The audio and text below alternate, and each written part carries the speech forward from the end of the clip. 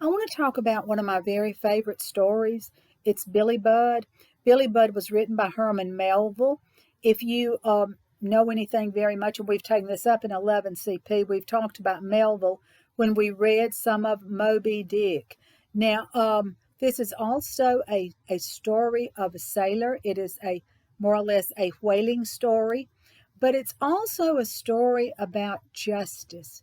Does a man made law make justice? Can man make laws that are horrible for some people? You'll find out when you read Oedipus and Antigone next year that Antigone comes up against the law of the gods versus the law of man.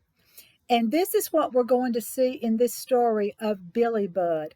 Now, let's talk just a little bit about the fact that Herman Melville was a dissenter, much like Hawthorne and the Scarlet Letter. And if you want to go back and pick up some earlier writers, very similar to Poe. Billy Budd was not published until after Melville's death, but it is my favorite story. It's very short and sweet. It's to the point. And I think you're going to find out that you're going to like Billy Budd. Like Moby Dick, it is not a happily ever after story, as the Scarlet Letter is not a happily ever after story. You learn that all stories don't end with good endings. And of course, the one thing that makes this difficult for you, the reader, is that Billy is such a likable character.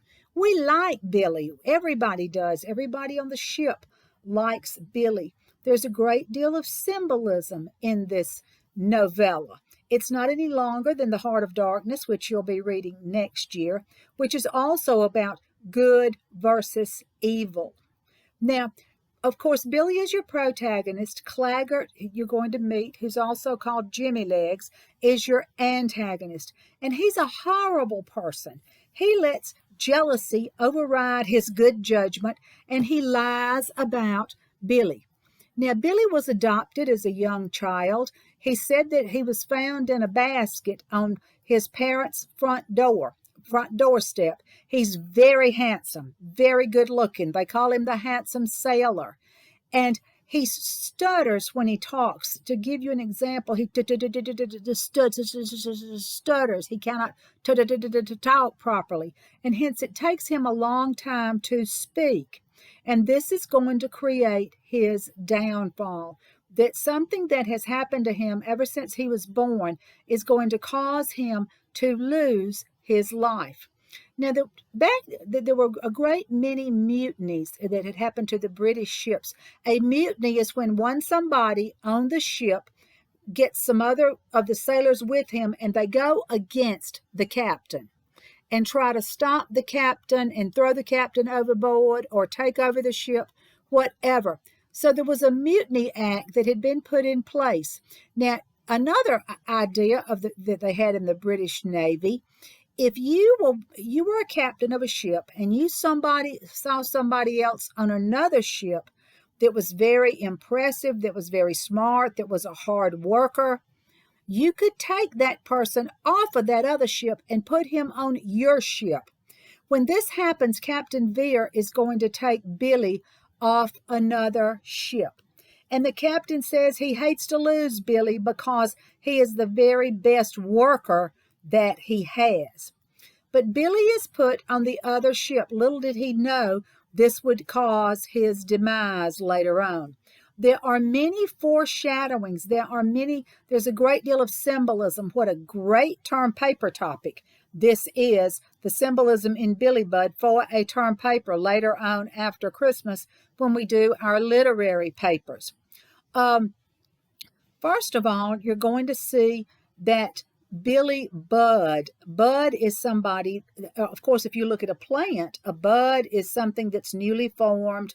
It's in its youngest stages. Billy is probably about your age, if only maybe a year or so older, but he is very, very young. He's one of those people that tries to be friends with everyone, and it's only after a man on the ship called Danskers says to him, "Hey, Claggart, who is the sergeant at arms, does not like you." There's no reason, and you all know this, you're in high school. Sometimes there are reasons for which we have no legitimate reason for somebody not to like you. Perhaps that person is jealous of you. Perhaps he or she simply does not like you, and you do not know why. This is what we're going to find out happening here. For no apparent reason, Claggart hates Billy. Another point of symbolism you're going to see is in Captain Vere's, the captain of the ship's, last name. The word Vere comes from the Latin word verus, which means truth. So you, as the reader of the book, are going to assume that Captain Vere is straight up. He is one that sticks by his guns. He is called Starry Vere. That is his nickname, not because he loves to look at the stars, but because when he takes a stand, he does not deter himself from that stand. Now, when Billy accidentally spills some soup on the floor that Claggart had just cleaned, Claggart goes and lies to Captain Vere and tells Captain Vere that Billy is trying to incite a mutiny, which is the farthest thing in the world from the truth. When Captain Vere goes and gets Billy and brings him in, Billy cannot defend himself because of his stutter. He cannot get the words out. He is so angered and so incensed that he would be accused of something that is so untrue. And instead of trying to speak, he gets tired of not being able to speak, and he rears back and hits Claggart, and Claggart drops dead. Now, the rule on a ship was that if one sailor killed another sailor, that person that committed the murder would die, no matter what, whether it was right or whether it was wrong. Now, of course, you, the reader, the first thing we say is, well, Claggart was mean to him first.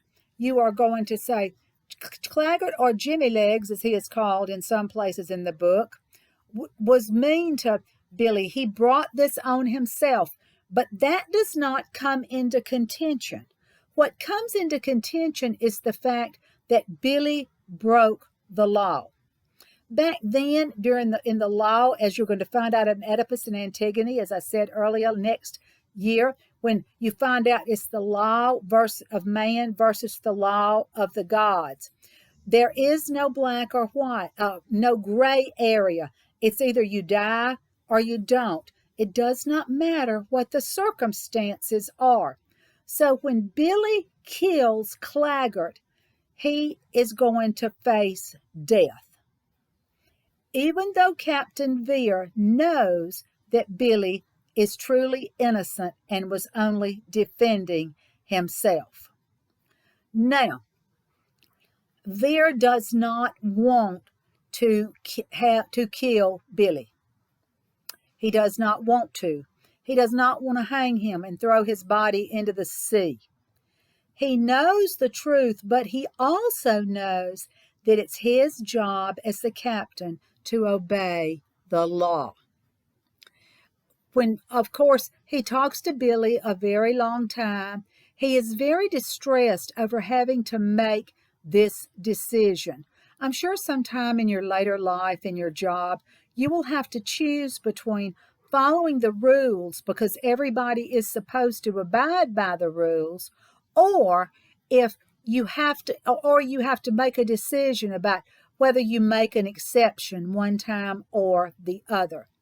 Captain Vere cannot risk a mutiny on his ship. Therefore, he has to go with justice, whether he believes in it or not. Of course, Billy is going to go before the board of 3 people who are going to have to make the decision. And of course, it's even worse when Billy's last words are, "God bless Captain Vere." Because even though he was young, even though he stuttered, even though he was very immature, he knew that Captain Vere had made the only decision that he knew how to make. When Billy is put into the noose and he is dropped and he dies, before he dies, birds start circling There are, the sky turns different. It's as if all of the creatures in the sea and God Himself knows that the wrong decision has been made. In this novel, or in this novella rather, we see that justice is not always served in the proper manner. We learn this when we look at this story and we see that Billy is not really a guilty man. But because of the mutiny laws, because of what other people have done, he is condemned from the very beginning when he hits Claggart and Claggart drops dead. The law has to be carried out. Even though it's going to destroy Captain Vere, his conscience is going to destroy him emotionally. He knows he has to do this one thing. He insists on, some of the chaplain says, wait until we get to the next port because before you carry out this sentence on Billy Budd. But Captain Vere knows that if he does not do it that night, he will not do it at all. Do good people have to die sometimes in the name of justice? Yes, they do. Billy is symbolic of Jesus on the cross. Now think about this just a minute. A man who is not guilty is sacrificed on a ship, just as Jesus on the cross, who was not guilty, had to die for all of our sins to save us. Billy had to die to save the other people from not wanting to commit a mutiny. We could say that Billy is the sacrificial lamb. And what I mean by this is he is sacrificed for justice to prevail. If a friend of yours cheats and he copies off your paper and you don't know it, but both of you get in trouble and both of you make zeros, even though you didn't do anything wrong, the law of justice has prevailed. It's not necessarily whether it's right or whether it's wrong or whether there are extenuating circumstances. This is what you are going to see happen to Billy. This story lets you, the reader, know that justice is not always fair. Was God fair, if you want to quote fair, in crucifying His only Son to save us from sin? No, He was not, but it was one way that He could show us the amount of faith that we needed to have in Him. And this is what we see as we read Billy Budd. There's so much more to this story than what meets the eye. It's very short. Please read it. It is an excellent example of how we all ought to live our lives and do the best that we can do and hope that when justice is upheld for us, that we are always on the right side of the law. Have a good one.